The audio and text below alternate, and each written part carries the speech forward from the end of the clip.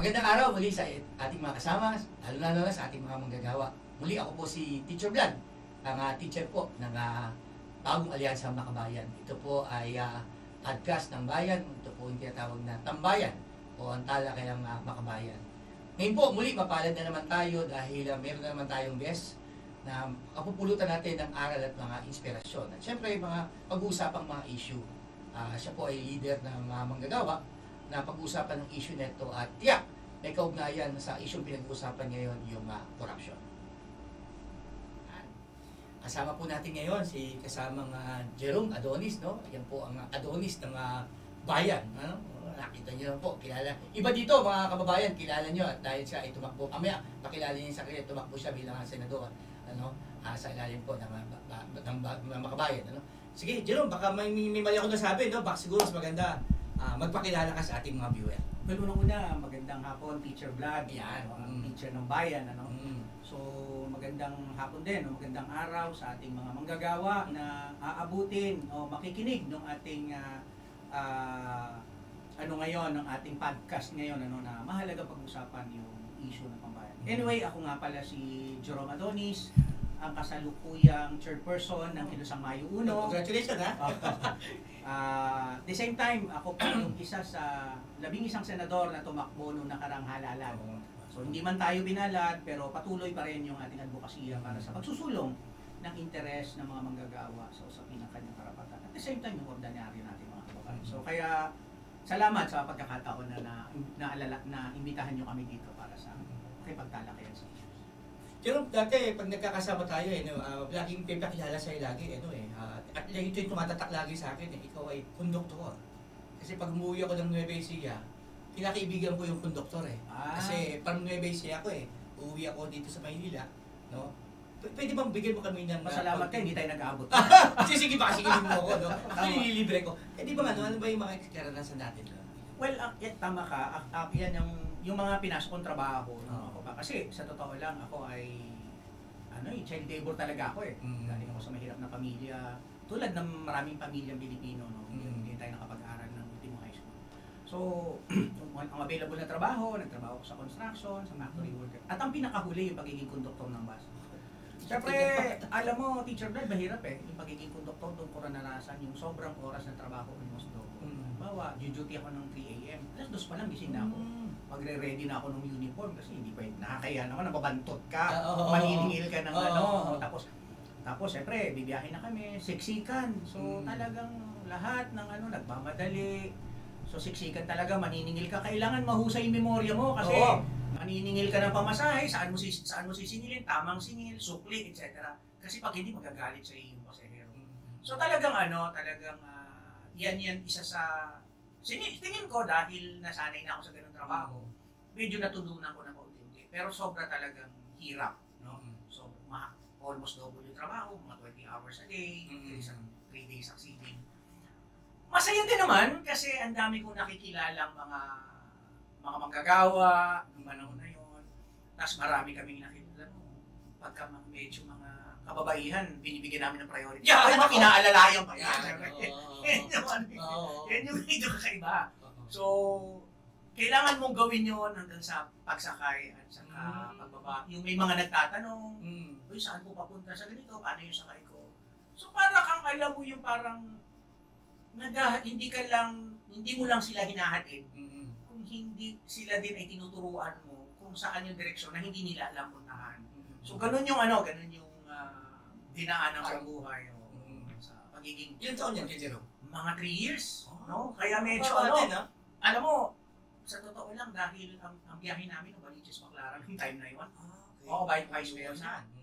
Hindi kumabot ako sa point na hindi ko na kailangan tingnan yung labas, kung saan na kami tumatakbo. Yung gulong pa lang yung gulong na sasakyan, ramdam ko na kung nasaan na kami parte.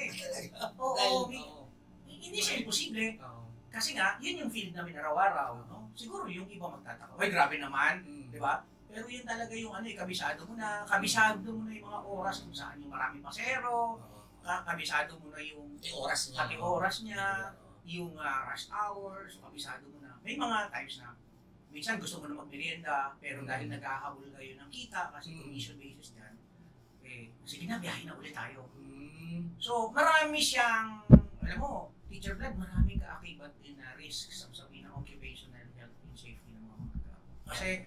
Kasi the fact na nakasampa ka na sa bus, yung mga driver conductor, kahit makaramdam ka ng ihi, titiisin mo na yon. O nakaramdam ka ng ihi sa area ng Quirino Highway, paano pa baklaran kayo?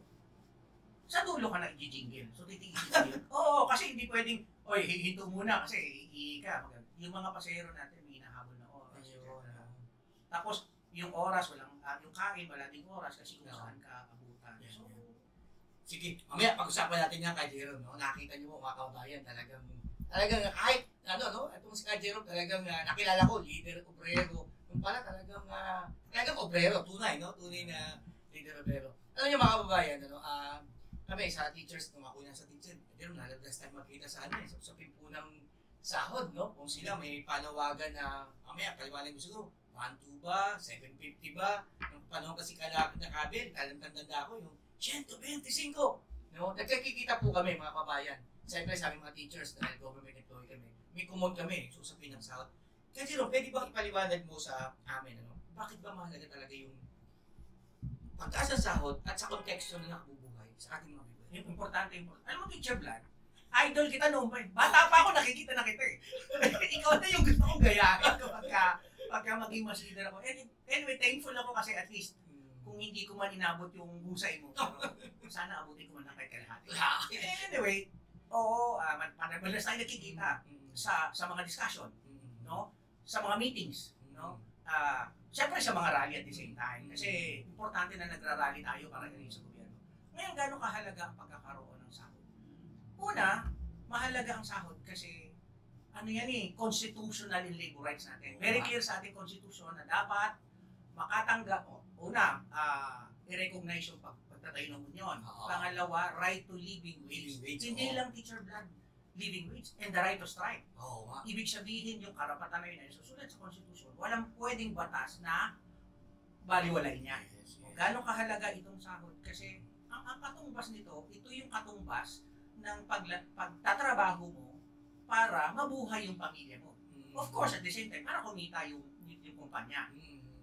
Pero sa totoo lang, sa mahabang kasaysayan, Diyos mio naman, kahit kayo mga teacher, kahit kami mga private workers, hindi talaga sumasapat yung sahod. Sobrang layo ng sahod doon sa aktual na presyo ng mga basic goods na mga kailangan. So kaya, halimbawa, sa ngayon, 695, nung nagbarya-barya dagdag sahod, Minimum yan. Minimum, mas marami pang sumasahod dyan, mas nagbaba, Teacher Vlad. So kaya kahit yung minimum, hirap na hirap ka buhayin yung pamilya Pilipino, masisipag tayo. Masisipag tayo gumawa ng bata. Hindi, joke lang. Family, ang isang pamilya ay may limang miyembro. Si nanay, si tatay, 3 anak.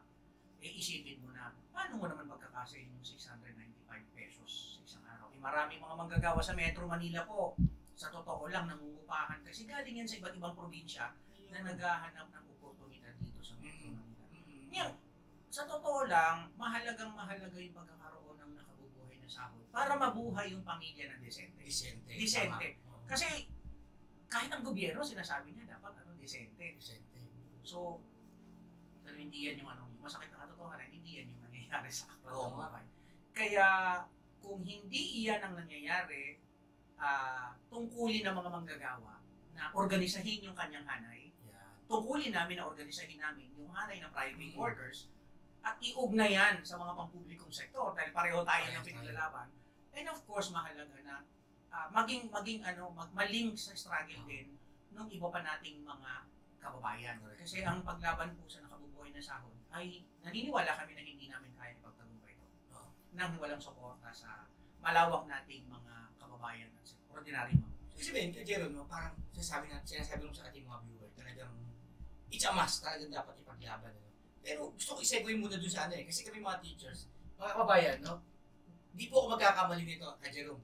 Siyam sa 10 teacher, sa totoo lang, below. Kami teacher na kami. Kumpara sa relatively, mas mataas ang sweldo namin.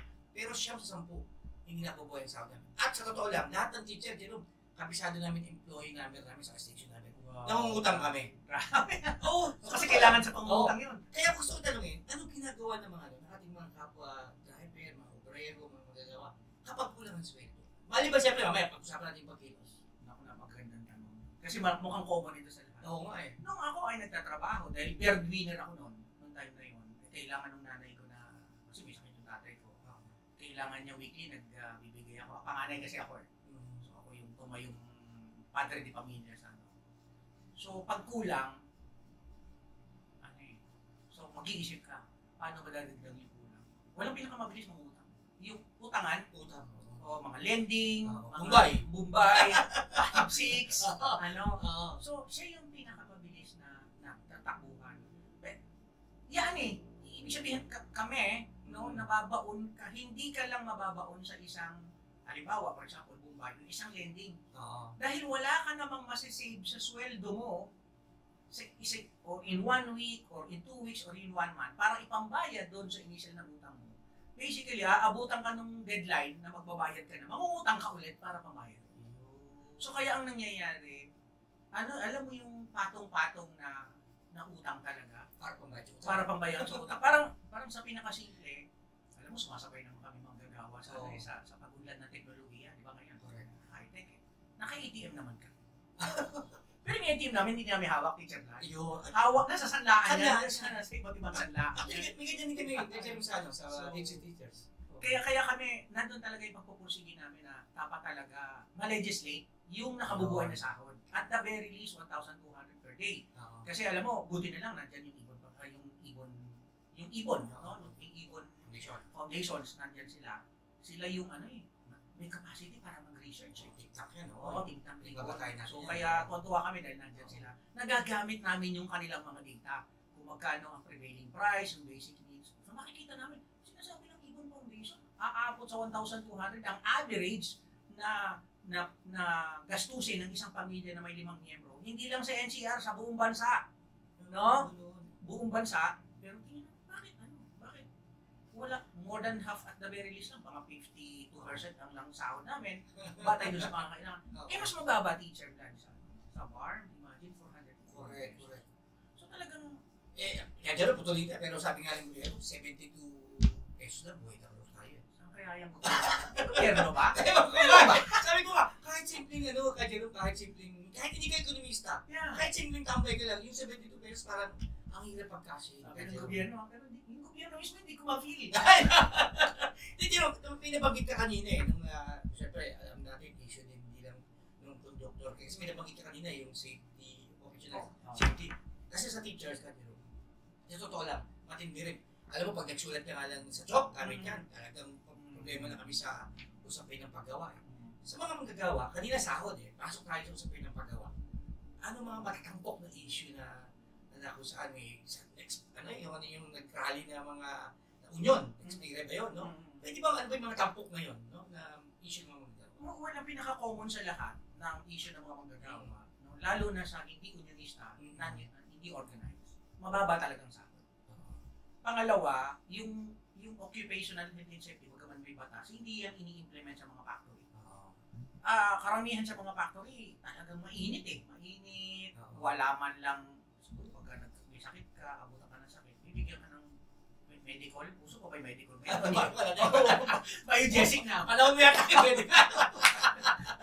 Nagkakabukuhan ako, ito. So I mean, talagang sobrang hindi nire-respeto yung occupational safety. Pero sa totoo lang, katumba siya ng pakikipaglaban para sa nakabubuhay na sahod. So katulad nga sa amin, sa mga factory, no, marami dyan ay iba't ibang sakit dahil sobrang init. Sa pneumonia, may sakit sa balat, no, yung iba dahil hindi binibigyan ng tamang equipment para maprotect yung sarili, minsan, lalo na kung nagtatrabaho ka sa chemical, nagkakasakit. So, sa kaso naman nung isang union namin na nag-strike sa Laguna, no, nasa loob ito teacher plant ng Enclavoy, alam mo yung mga sa Laguna, EPSA, alam niyo man yung mga EPSA, medyo mas makapangyarihan pa sa gobyerno ng Pilipinas, sila yung nagtatakda ng policy. So hindi sila basta-basta nasasabihan. So sa kanila, nagsi-CBA kasi to eh. Maswerte tayo dahil mayroon union sila, nagsikap yung mga manggagawa ng ka-union. During the, alam mo, tsaga nila, 1 taon na higit, yung collective bargaining agreement. Tapos yung management, walang positive response doon sa usapin ng dagdag sahod, benepisyo, etc. Occupational health and safety. medyo naka-aircon sila, kaya sabi ko tingin. Sa totoo lang, air condition kasi semiconductor to. Pero yung aircon, hindi para sa manggagawa. Doon pa sa chips na ginagawa nila. Kaya po kayo, kung meron kayong computer, meron kayong cellphone, Apple, etc., na gumagamit ng chips, produkto, mga manggagawa po ng Nexperia, isa sa pangunahing nagsusupply niya. At noong time na yun, nagsi-CBA negotiation sila, maliban sila, tinanggal pa yung 4 na officer kasama yung Pangulo. Kaya, pagka gano'n naman, Teacher Blan, wala ka ng choice. Kaya, nag-strike talaga. So, kahit nasa loob sila ng inklabo, kahit alam nila na mas magiging mahirap ito, pero dahil tingin ng manggagawa, kung hindi nila gagamitin yung kanilang natitirang kapangyarihan at karapatan, lalong walang mangyayari sa kanila. Kaya, yun yung reason na nag-strike sila. At significant to, Teacher Blan, pinutok nila yung strike ng March 5. Okay. Umabot ng March 8, pandaigdigang araw ng kababaihang manggagawa sa mundo. Kaya medyo talaga highlight na tapos multinational pa yung kumpanyang pinag-strike. Actually, Gadget, kaya ko rin natin yung mga kapatid ko mga viewer, no? Kasi sa November 30, kapanganakan ng isang manggagawa din. Kasi kasama nga Andres Bonifacio, no? At tingin ko, kasama. Hindi ko inabot yun, ewan ko kung baka sinrili, Anyway, kasi kung kasama lang natin sa Andres Bonifacio, malamang kasama rin sa mga pagkilos. malamang, nasunahan siya. So, ito ngayon isang Kajalong, 28 Congress, kasi meron ako nabasa, meron isang party list na sounds like sa parang manggagawa o parang gano'n, ano. At siyempre, iba pa rin yung ating party list, no? Bayan muna, so, ito ba, meron ba tayong mga katulad nito, may mga asahan tayo, in particular, in general, sa 28 Congress? Ano ba party So, list sabi yan? ng kamanggagawa. Kamanggagawa. It sounds like, di ba, manggagawa. Manggagawa, So, basically, kami naman ang stand namin, may makakatulong naman. No? Oo. So, makakatulong sa filing, makakatulong sa pag-send ng pressure sa mga congressman na yung iba dyan talagang literally anti-worker. But of course, ang kailangan matutunan talaga ng mga manggagawa, palakasin niya yung mass movement sa labas niya. Maraming union sa panahon ng mga hearing, sina-challenge natin yung kongreso sa pamamagitan ng mga rally. At syempre, nananawagan tayo ng support sa kabataan, sa mga maralitang lungsod, syempre sa mga kaguruan, yung buong sectors. Kasi any amount na po pwedeng makuha ng manggagawa sa private sector at even sa publiko, Teacher Blan, makikinabang yung buong ekonomiya natin. Kung makikinabang ang buong ekonomiya, may translation sa ekonomiya, makikinabang ang buong bayan. In every sectors magkakaano dyan. Pero gusto ko lang banggitin maigi, isa lang sa mga mga challenges natin o isang larangan lang yung pagpapay ng legislative agencies. Alam natin ang Kongreso ay dominant yan ng mga negosyante. Ano ba? Naku, teacher, tingnan mo naman, isa-isahin mo yung pamilya. Political dynasty. Kontraktor. Nandyan din yung mga negosyante, mga landlord. Diba? So sila talaga yan. Kaya binubunggo mo yung isang makapangyarihan na institusyon ng gobyerno. Tapos sa kanya ka hihingin ng wage increase para sa mga manggagawa. Which is mahirap talaga kung wala kang malakas na sinusama sa outside sa Kongreso.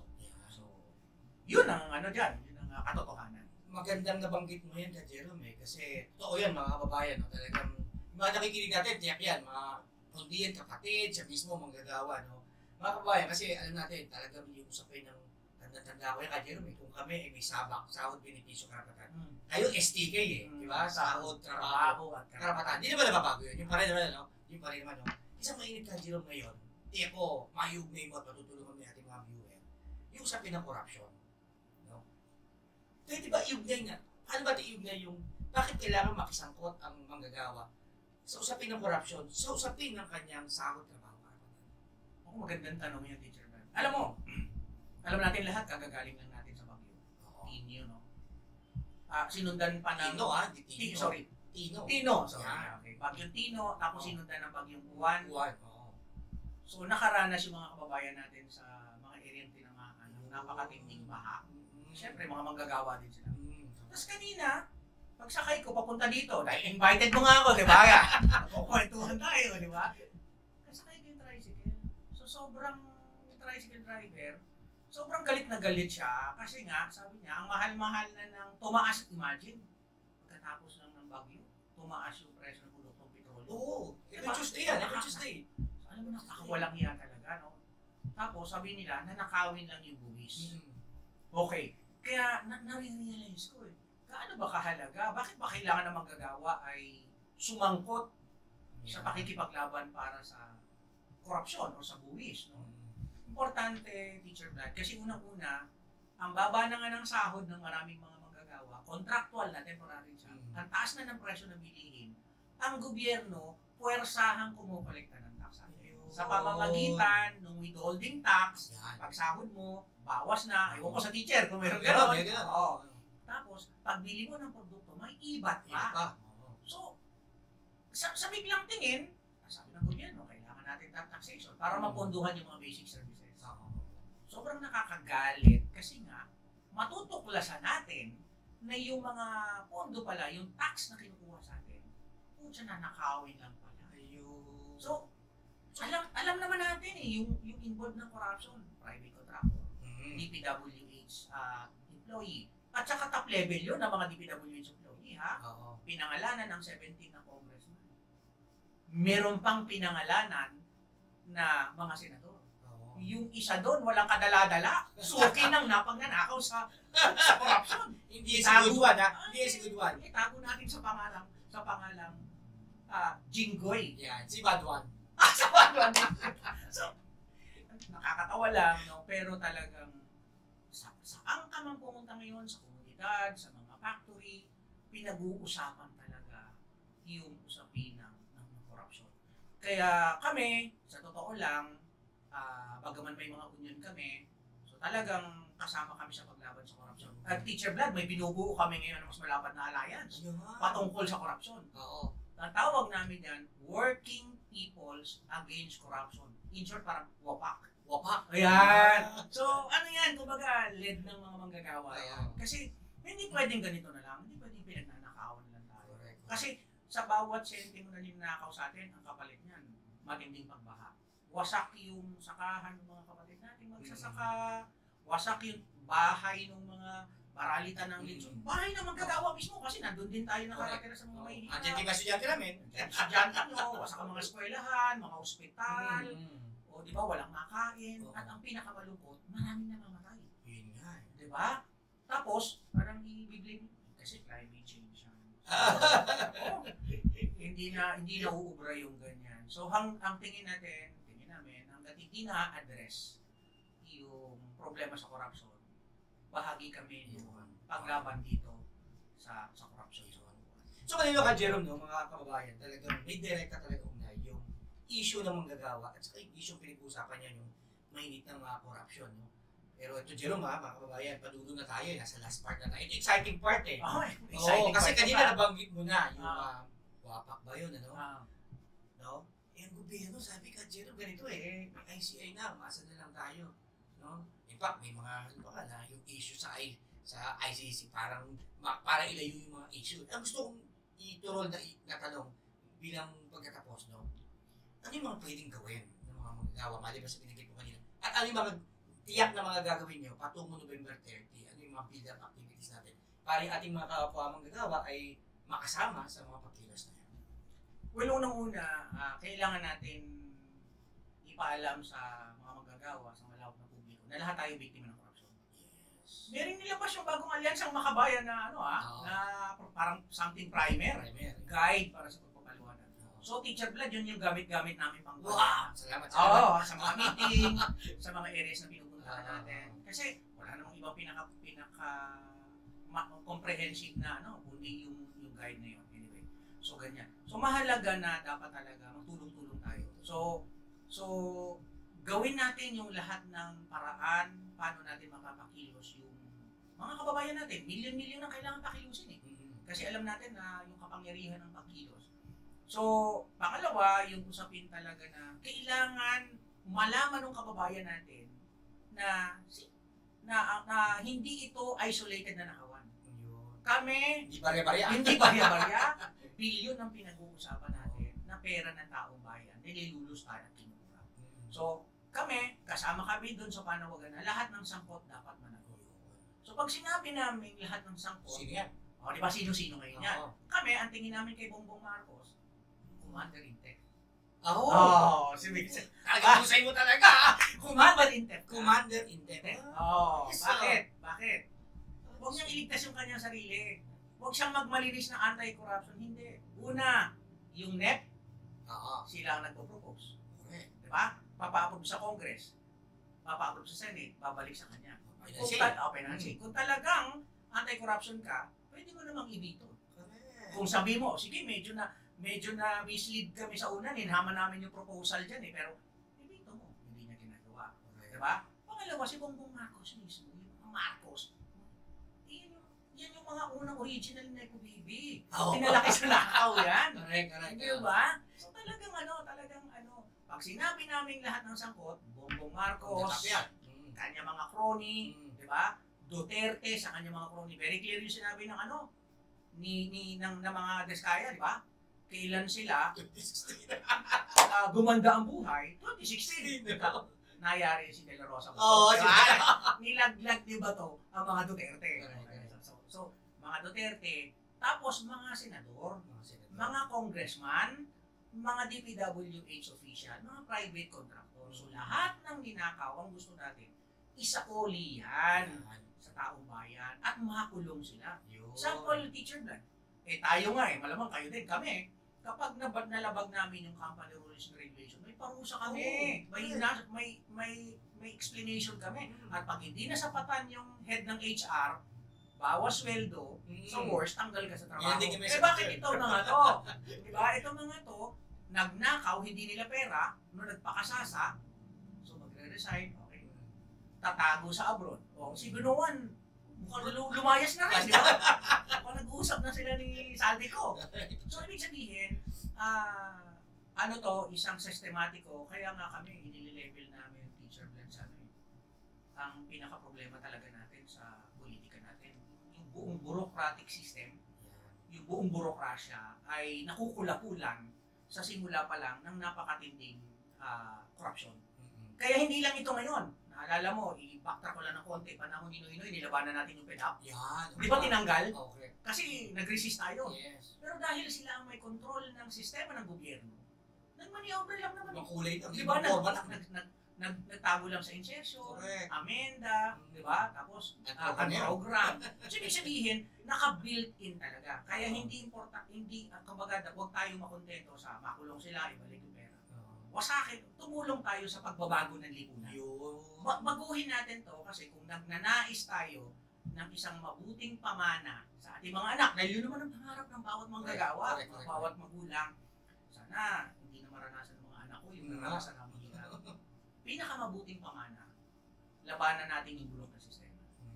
Baguhin natin. Palitan natin ng isang sistema na pakikinabangan ng lahat, yung wealth na nililikha ng mga manggagawa ng taong bayan.